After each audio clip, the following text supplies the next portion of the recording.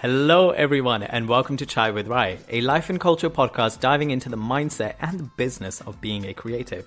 I am your host, Rai, and each week I bring you a guest or a fruitful message from the creative industry, all while sipping and spilling some hot garam chai.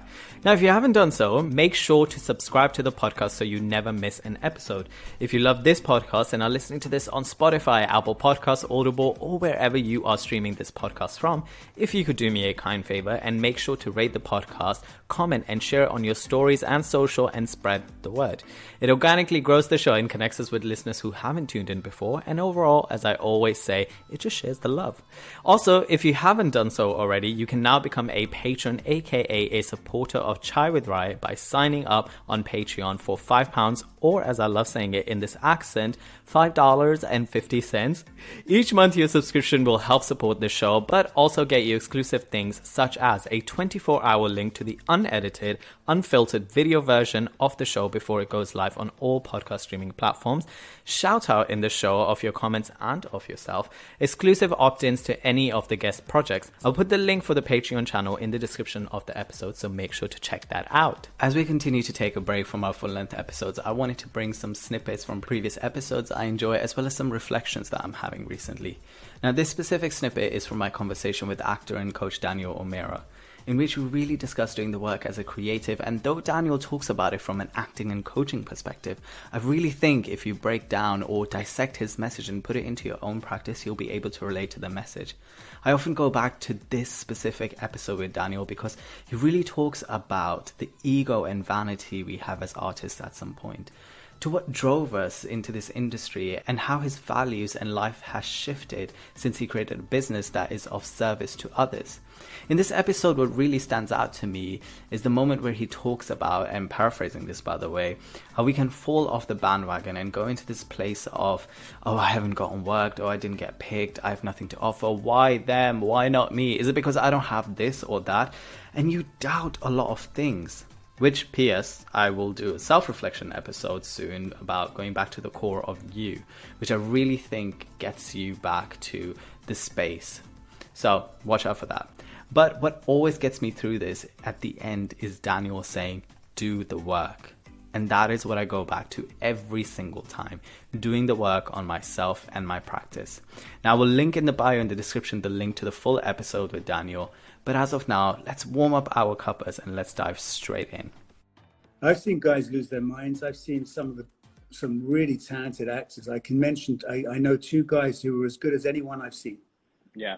Like they were my age, they were as good as the Jude, they was better. They were better. They just didn't get an opportunity. And what ends up happening with those guys, one of them ends up on the bottle and on the drugs. And that's it. You know, he capsized because there's no structure in this business. So you've got to basically find a structure to answer the question. You've got to have a good routine. You've got to have some stuff going on. You've got to look at, okay, what is my routine? So you get up in the morning, you've got a nice routine. So you've got structure, because you can just drift, and then you can get angry, and then you can get frustrated, because if you don't have a purpose, if you're not going into, and you're just waiting for the phone to ring, which is especially what it was back in the day, that type thing. I've seen guys lose their minds. I've seen them lose their minds, become alcoholics, drug addicts, and just confidence go, and they're gone. I've seen many talented actors lost because, and they get into self-pity. They didn't get the opportunities. They were talented, but they didn't get, you've got to find that those opportunities will come. You just got to have a good mindset. So when that happening is they get more negative. It's tough. It's an oversaturated business. It doesn't matter what era you're talking about, whether it was the 90s and 20s. Now it's always going to be oversaturated because everyone wants to get into it. So you've just got to be doing you've got to be doing things for your mind. You've got to be just doing stuff again, keeping busy and doing things that work for you. Everyone operates differently. You know, some people, whatever it is, you need to find what really stimulates you and moves forward. So, because if you're just waiting for that job or waiting for that phone to ring, you become very one-dimensional, and you can become very bitter and very angry, especially if it doesn't start coming your way. You've got to look at other interests and be creative. I'm always intrigued to ask you this question, and I've asked you this one before, which is the building blocks of an actor. And there's terrific programs out there, such as yourself, you're doing Actors Crib, and there's practitioner work in there.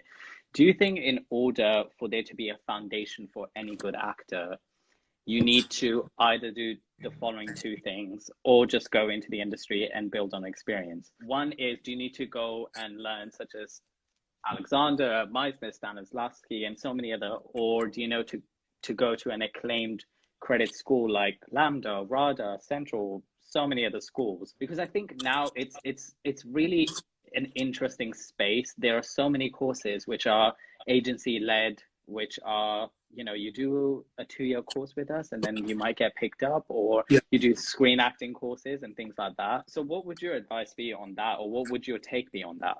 Well, you know, it's interesting. I think there's no rules. I've seen actors like Samantha Morton didn't do drama school. She did workshops.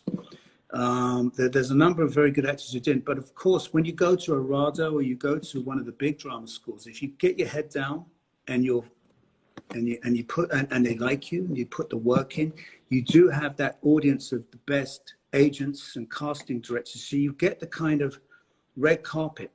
Not all. It's only, there's a few, but you definitely get those opportunities. But that is not a given for success. I know many people who've been to RADA who've not had a career, not had a great career. So it doesn't always work. But if you are fated, you've put the work in, it does give you the opportunity. But you don't need to do that. To get a good, I think to be a really good actor is you need to put the work in. So you need to find ways. You need to be reading plays all the time. You need to be doing workshops, not just the Meisner. You need to be doing all these workshops. You need to be doing voice. You need to be doing movements because you need to be in your body. Some of these actors are just working from the neck up. I've seen them, especially just ones who just done camera workshops. They're not in their bodies. They're like this. And most of the really special actors have tended to come from the stage generally. Mm-hmm. There are exceptions.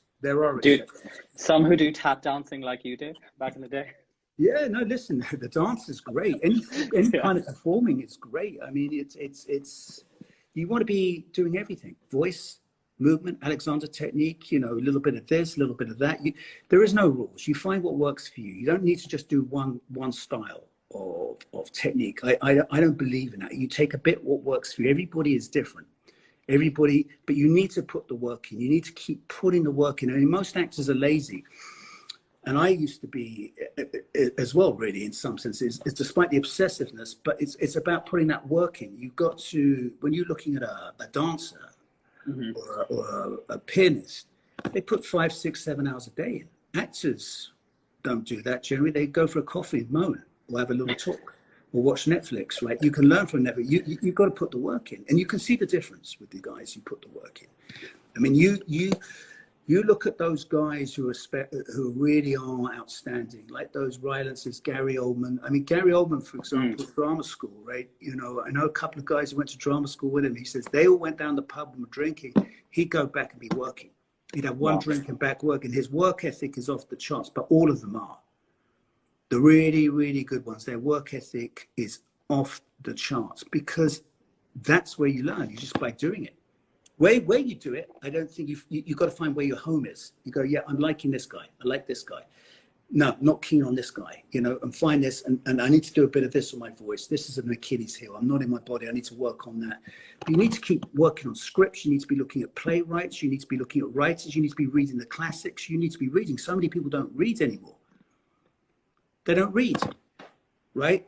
Reading, you'll get your imagination working by going into a Balzac novel, going into a modern novel, and putting yourself in the center of the novel. So you go to art galleries, like you said, that's pure bliss. You go into the National and you look at those paintings and you start putting yourself into those pictures. You've got to use that imagination. You've got to be learning scripts all the time. Really, you've got to just be doing it all the time. Right, different facets, not necessarily just pure edit, just everything that's going to make you a better human being is going to make you more interesting. So you build that soul up. So it's not just about learning the lines, it's about growing. If you're prepared, you can relax the set. They go, yeah, the guy's okay, boom. If you're not, then you're going to, and if the director's not sort of feeling confident, he's going to bring out his insecurities. So, yeah, I mean, I've heard horror stories. I mean, there's been horror stories. I've been on sets where there's been screaming and shouting. I mean, pretty much Yeah. It's got really, because there's a lot of money involved on some of the films, and there's pressure. But personally, you know, I haven't been involved in the drama myself. When I was younger, when I was a younger actor, I was more combustible. There, I'd throw a few things around maybe, and I could be a handful, because I was young and out of my mind. I was crazy, you know, when I was in my early 20s. Yeah, I certainly could be a bit difficult. I mean, I was certainly difficult because I wasn't comfortable in my own skin, and so I was edgy about things. And so that kind of insecure, whatever's going on, you project it out there. But so because I feel a lot more comfortable over the last 20 years, 19, 20 years, I feel much more comfortable on set and about being of service as well. It's not just about me, you know, it's about being a cog in the wheel and being of service to everybody. You see, that's the trouble. It was all about me when I was younger. And that's when you see those actors that cause a lot of problems. It becomes all about them. It's a process, and some people don't get over it. Some people actually get worse. They over the years, they become even more brittle, more feared up, and more scared, and more temperamental, more combustive. It depends on where you're at. But I say to the more comfortable in your own skin, I think will help. But a lot of actors aren't comfortable in their own skin. That's why they're acting, and then that's also a good thing, because you're basically wanting to sort of feed something else. And it is look at me, please look at me some more, you know.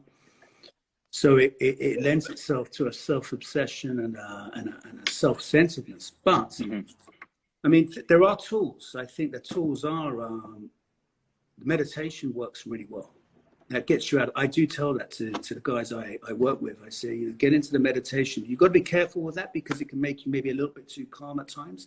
And you want to keep that edge. But it really gets you out of the self-centeredness, the self-consciousness, which is a killer for an actor. I know that for myself. It just basically relaxes you. We don't really give a fuck as much about what people think as much. You do a bit, but it's not amped up, you know, which is a killer, where you really are overly sensitive about what people think. So you're just giving your power away completely. And it shows, and that's where you become combustible. Well, everyone, that brings us to the end of the episode. I hope you enjoyed that. If you haven't already, make sure to subscribe so you never miss out. And don't forget to rate and comment on whichever platform you're listening this episode on. You can also become a patron and a supporter of the show by subscribing for as small as £5, or as I love saying, $5.50 on Patreon. I will put the information of the artist on the episode and any of the links in the description of this episode, so make sure to check that out. But as of now, I will leave you as I always do. Breathe in and breathe out. Now must go, which means now I must go. That is copyrighted and I will sue. Until next time, stay curious.